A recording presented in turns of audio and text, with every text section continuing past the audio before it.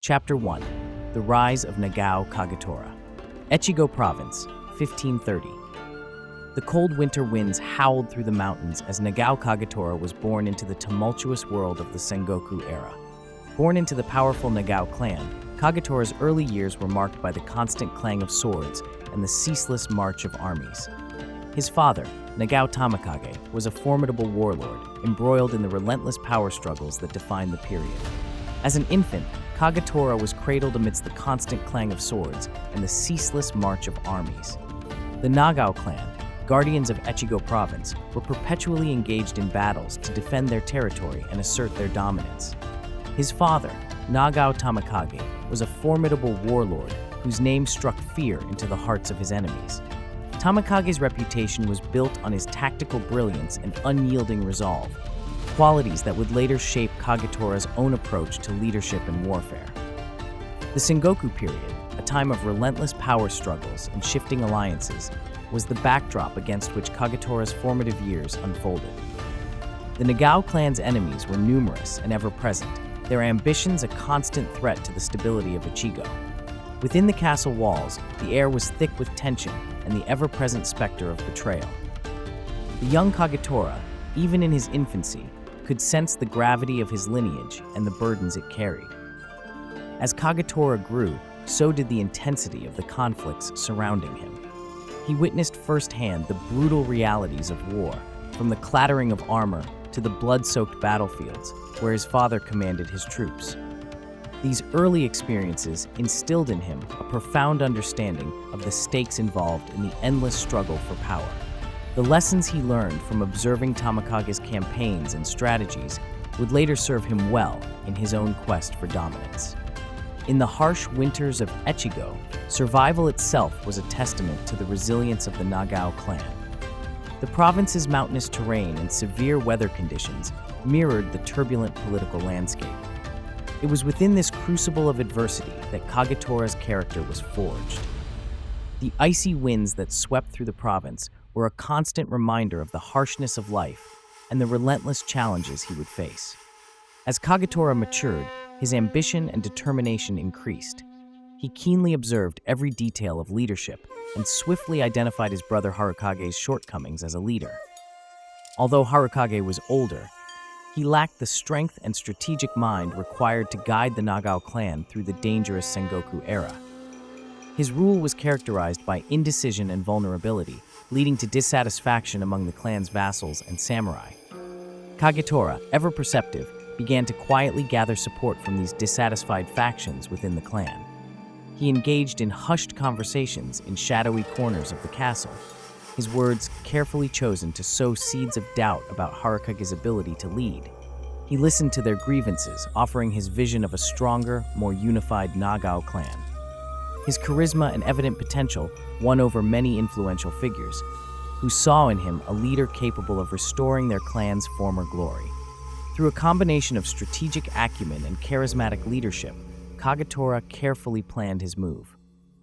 He understood that a direct confrontation would be too risky without adequate support, so he bided his time, building alliances and preparing for the decisive moment. His understanding of human nature and the intricate dynamics of power enabled him to play his cards with masterful precision. When the time was right, Kagetora orchestrated a coup. On a cold moonlit night, loyal samurai and vassals, emboldened by Kagetora's vision and promise of a renewed future, moved swiftly and decisively. They surrounded Harukage's quarters, their movements silent and coordinated. Harukage, caught off guard and overwhelmed by the sheer number of defectors, found himself powerless against the tide that had turned in his younger brother's favor. Kagetora confronted Harukage, his demeanor calm but resolute. There was no need for bloodshed. Harukage, recognizing his own failures and the inevitability of his fall, relinquished his position without resistance. This act of deposition was not just a transfer of power, but a clear message to the entire clan. Kagetora was a force to be reckoned with, a leader who could inspire loyalty and command respect. Claiming the leadership of the Nagao clan for himself, Kagetora's decisive action marked the beginning of his rise to power. His leadership was immediately felt within the clan. He initiated reforms to strengthen the military, reorganized the administration, and reinforced the loyalty of his supporters with both rewards and a clear vision for the future. Kagetora's strategic brilliance and charismatic leadership had not only won him the throne, but had also set the foundation for his future endeavors. The clan, once divided and weak under Harukage, now stood united and ready to face the challenges of the turbulent Sengoku period under the strong and visionary leadership of Kagetora. Seeking to expand his influence and legitimize his rule, Kagetora aligned himself with the Uesugi clan. Through a series of political maneuvers and strategic marriages, he was adopted by Uesugi Norimasa, the head of the Uesugi clan, and took on the name Uesugi Kenshin. This adoption not only bolstered his legitimacy, but also expanded his resources and influence. As Uesugi Kenshin, he faced numerous challenges both from within and outside his clan.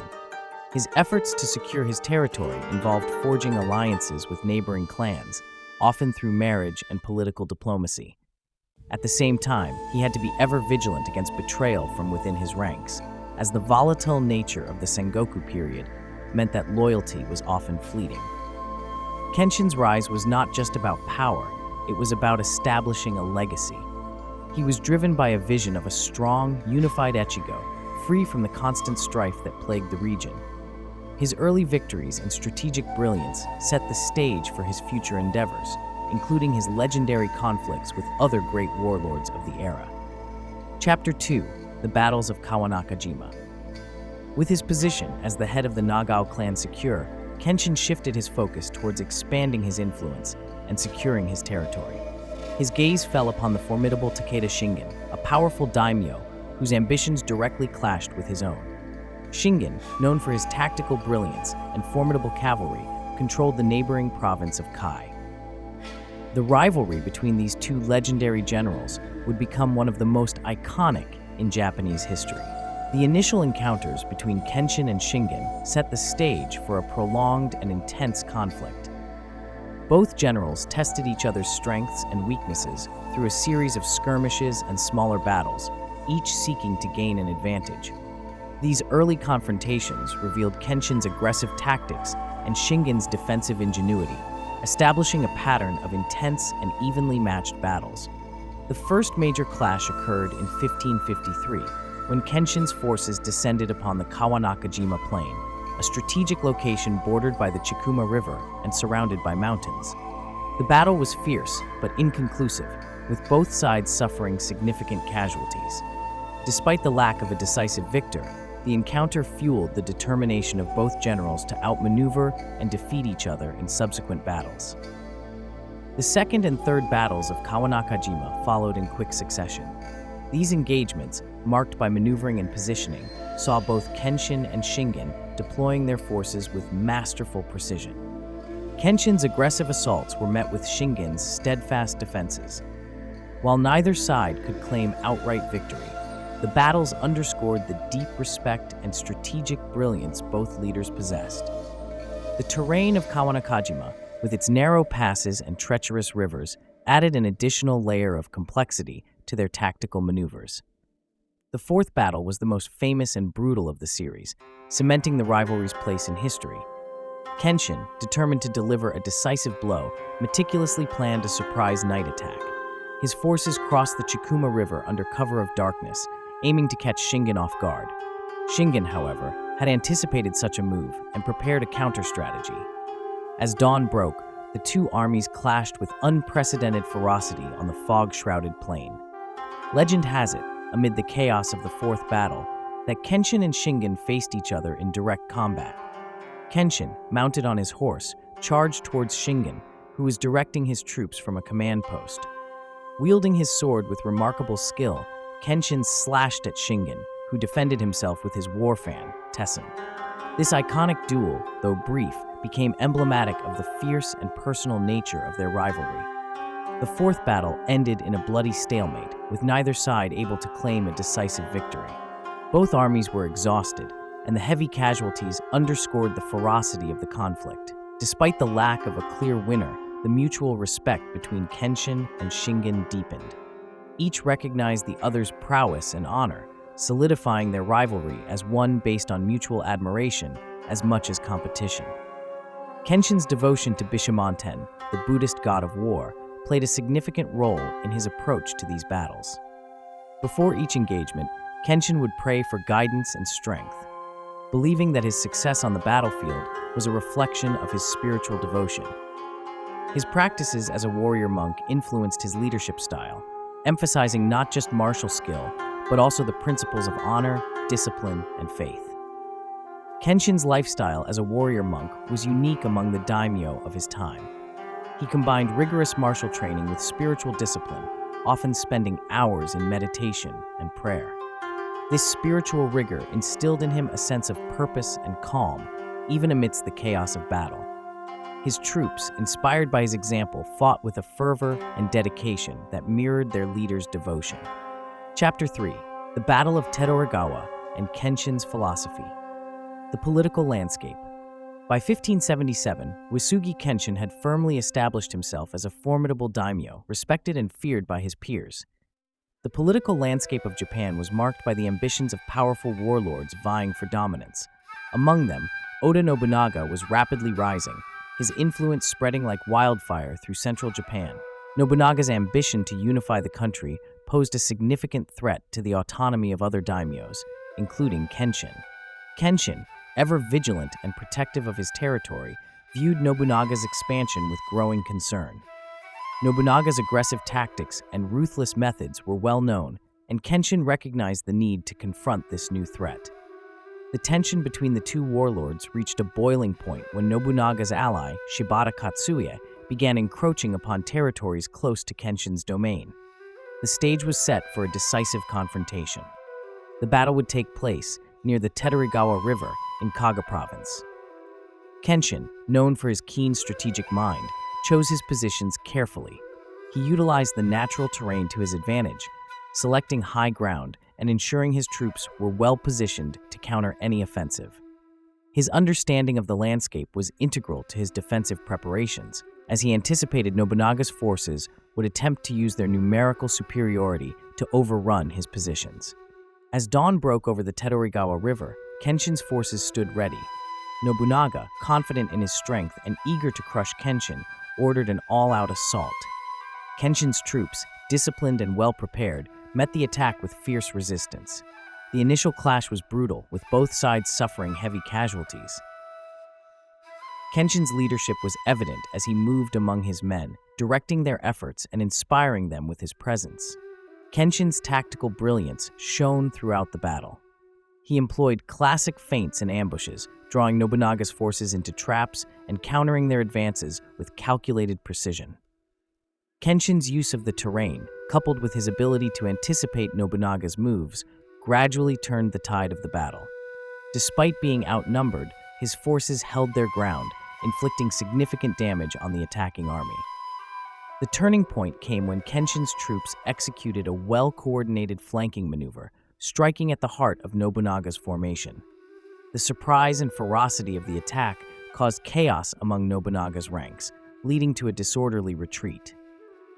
Kenshin's victory at the Battle of Tedorigawa was decisive, not only halting Nobunaga's advance, but also demonstrating the efficacy of Kenshin's strategic mind and the loyalty of his troops. Kenshin's approach to warfare was deeply influenced by his philosophy and spiritual beliefs.